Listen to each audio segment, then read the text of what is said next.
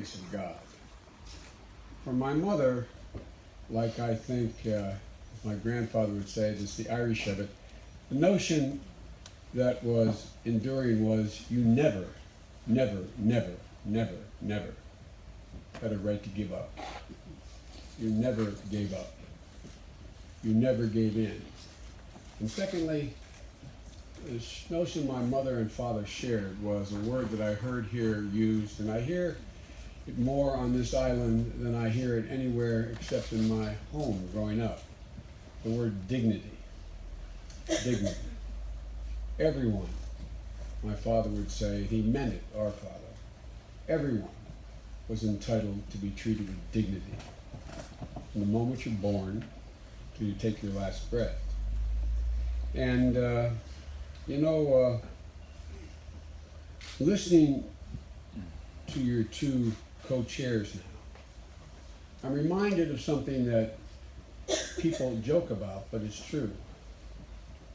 You Irish have a way of expressing sentiments that is not only graceful, but meaningful. There's an old Hebrew saying, what comes from the heart goes straight to the heart. That's why you're so incredible. Because everything comes from the heart, it seems to me here. My grandpop used to say every time I'd walk out the door, Joey, remember the best drop of blood's in you is Irish.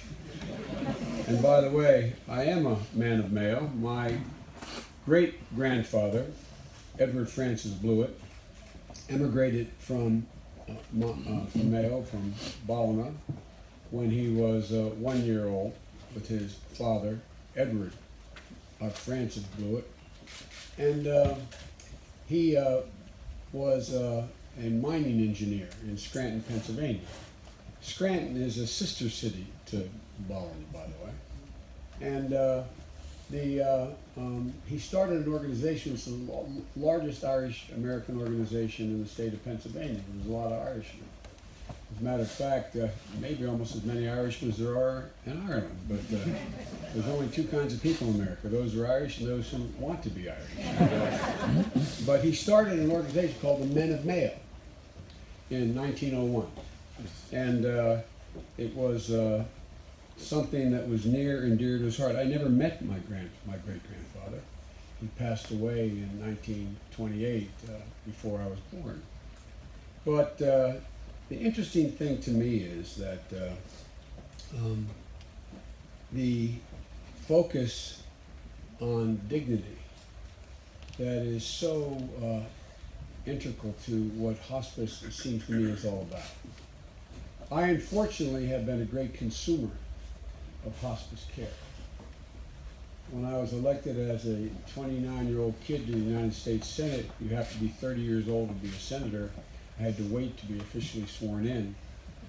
And I come from a very modest family financially. I'm the first United States Senator I ever knew.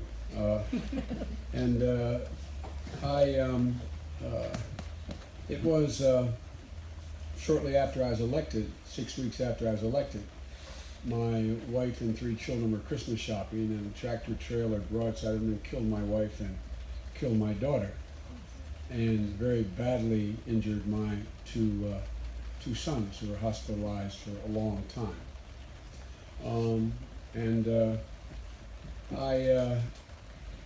Hospice took care of my mother, although they named the major hospice facility in Delaware after my mother, because every time I'd stop in to see her, there was a little cottage on the top of the driveway. She had me sold her house, and my brother and I turned this little, in the suburban area, this little barn into a cottage. She sold her house and had me build this cottage, us build this cottage.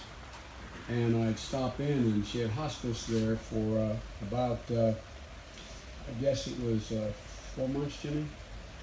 And I'd walk in, and I could always tell she would sit in an armchair, stuffed armchair with an ottoman in front.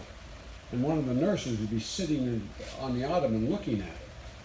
But my mother, I could tell when she was hearing confession, because as the door opened, she'd go, move me aside.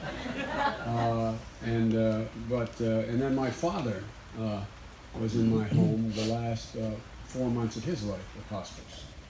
And so I learned that what an incredible thing you all do. And again, it's about dignity. It's about dignity. It's about dignity from everything from being able to gracefully care for their bodily needs as they lose their ability to care for themselves, to just having someone to talk with them, just someone to be with. And I say to all the elected officials that are here, thank you for your commitment to this effort. And to the ultimate elected official here, my good friend, and he is my good friend, former Taoiseach Ed McKenney, and I have been friends. We started off as colleagues, we were friends.